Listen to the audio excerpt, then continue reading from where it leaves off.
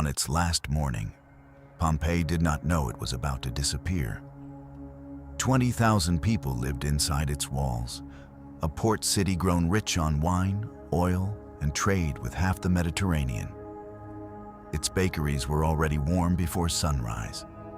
Its streets were already crowded before the sun cleared the rooftops.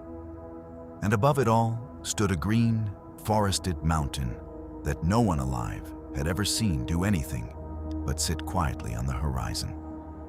By the year 79 AD, Pompeii had spent nearly 3 centuries becoming exactly this: a wealthy, sunlit port town on the Bay of Naples, its harbor filled with ships carrying wine and olive oil to every corner of the empire. Fortunes were made here and spent here, on villas with private baths, on gardens filled with imported statues, on dining rooms painted floor to ceiling with scenes of gods and myths. This was not a provincial backwater. It was a showcase.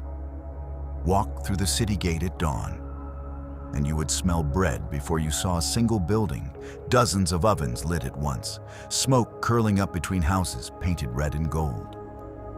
Merchants unloaded amphorae of wine at the docks. Shopkeepers set out fish still wet from the morning catch.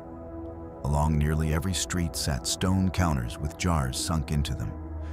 Small shops where a worker could eat a hot meal without ever going home. This was not a ruin waiting to happen. It was a thriving, ordinary Tuesday. In a bakery near the Forum, a man checked his ovens one last time before the morning rush.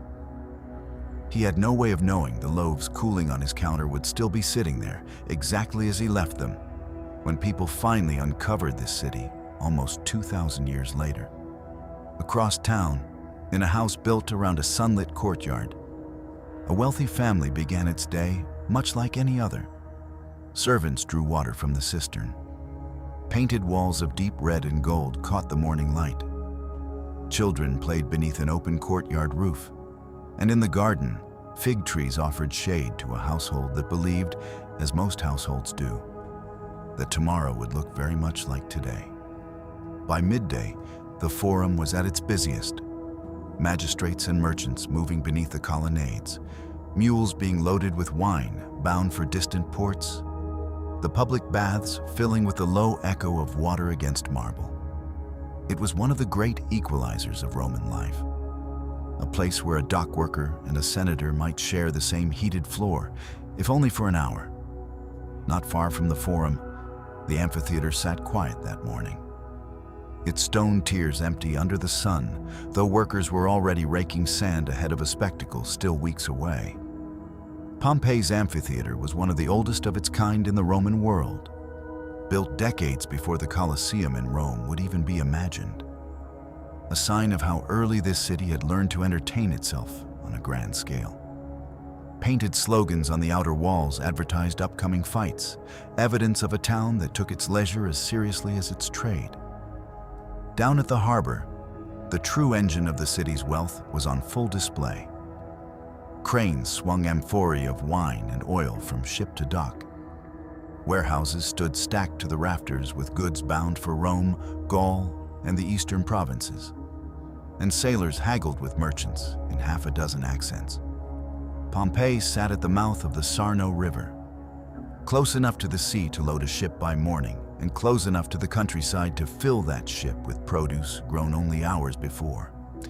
It was this position, more than anything else, that had built the villas and the frescoes and the marble floors the city had grown so proud of. Inside the public baths, the midday crowd moved between rooms of varying heat, the air thick with steam, sunlight falling through small, high windows onto mosaic floors polished smooth by centuries of bare feet. Bathing was not a quick errand here. It was a ritual that could fill half a day, moving from the cold plunge to the warm room to the heat of the caldarium and back again. Conversation carrying easily between strangers who might never otherwise share a room. Just outside the city walls, enslaved laborers worked the vineyards that fed Pompeii's wealth, their names mostly lost to history, though their handprints remain pressed into surviving brick. Whatever comfort the city's elite enjoyed rested in large part on labor. These workers were never free to refuse. The mountain above the rooftops was called Vesuvius, and to the people of Pompeii, it was simply fertile ground.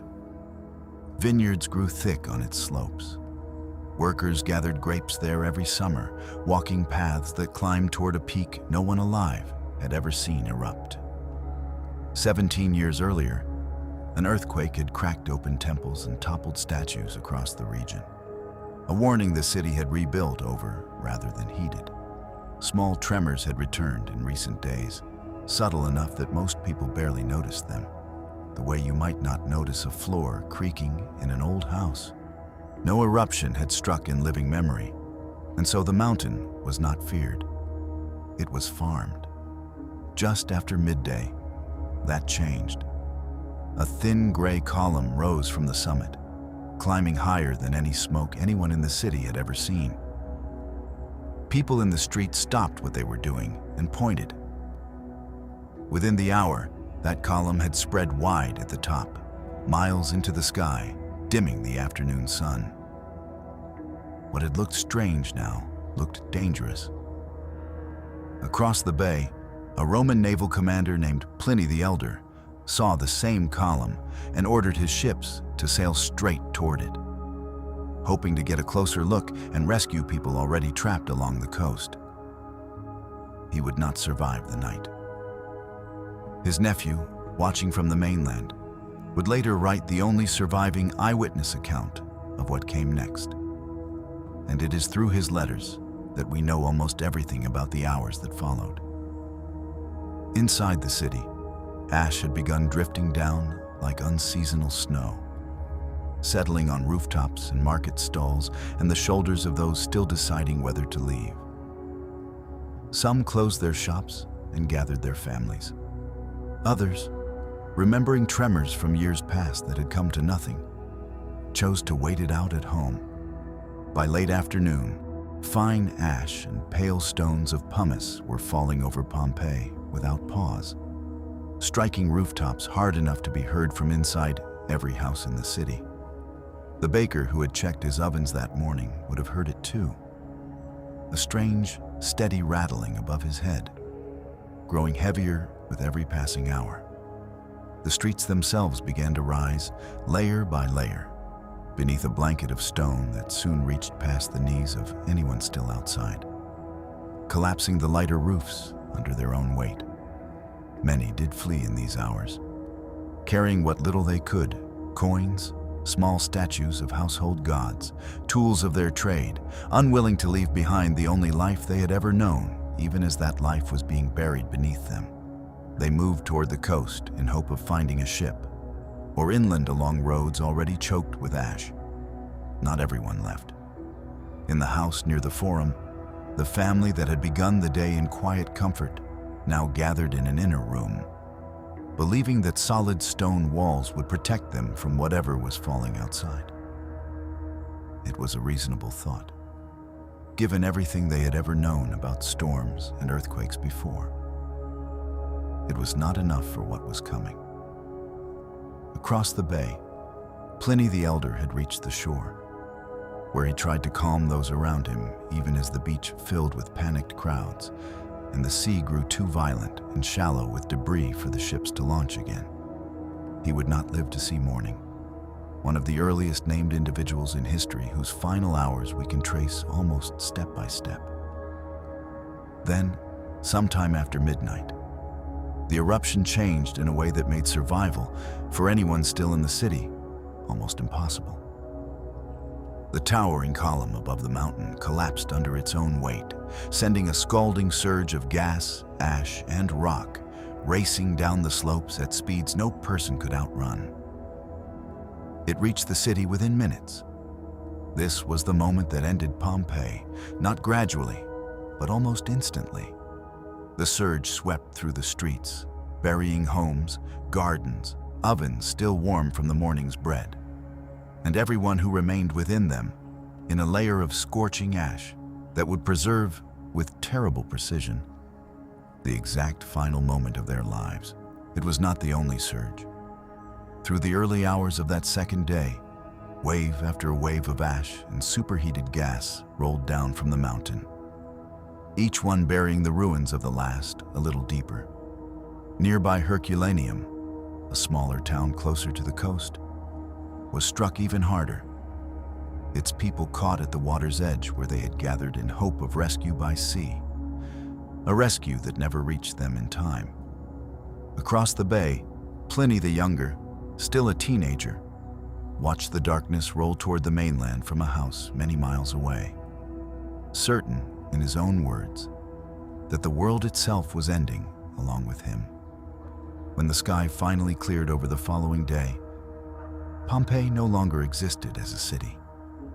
It existed as a mound, a featureless gray landscape where a thriving port town had stood only a day before. Its rooftops, its gardens, its people, all sealed beneath meters of volcanic debris. Not worn down slowly by centuries, the way most ancient cities disappear, but ended instantly, completely, preserved in the exact position it occupied the moment it died. For centuries afterward, Pompeii was simply gone from memory, its name surviving only in a handful of ancient texts, its exact location eventually forgotten by the very people who farmed the ground above it. Farmers plowed fields that sat directly above a buried city and never knew it. It would take almost 1,700 years before workers digging a canal struck a wall that should not have been there, and the slow, careful work of uncovering an entire vanished city could finally begin. Early excavations in the 18th century were closer to treasure hunting than archaeology. Wealthy patrons carting off statues and mosaics for private collections, while the rest of the site lay half-buried and unrecorded. It was not until the 1860s, under an archaeologist named Giuseppe Fiorelli, that the true value of the site became clear. Fiorelli noticed strange hollow spaces in the hardened ash and realized they were the exact shape left behind by bodies that had long since decomposed. He devised a method of pouring liquid plaster into these cavities, and when the plaster set and the surrounding ash was cleared away, the city gave up its final, haunting detail: casts of the people themselves, curled, reaching, shielding children, captured in the last instant of their lives. What archaeologists eventually found was unlike anything else surviving from the ancient world, not just buildings, but a single afternoon, frozen, bread still shaped in the oven, paint still bright on the walls, the hollow spaces left behind by bodies long since decayed, later filled with plaster to reveal, with unbearable clarity, the exact postures in which people died. It is this combination, tragedy and preservation together, that makes Pompeii unlike almost any other lost city.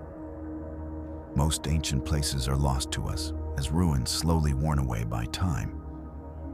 Pompeii was lost in a single day, and because of that, was frozen exactly as it had been, giving us a window into ordinary Roman life more complete than almost any text could offer. Excavation at Pompeii has never really stopped.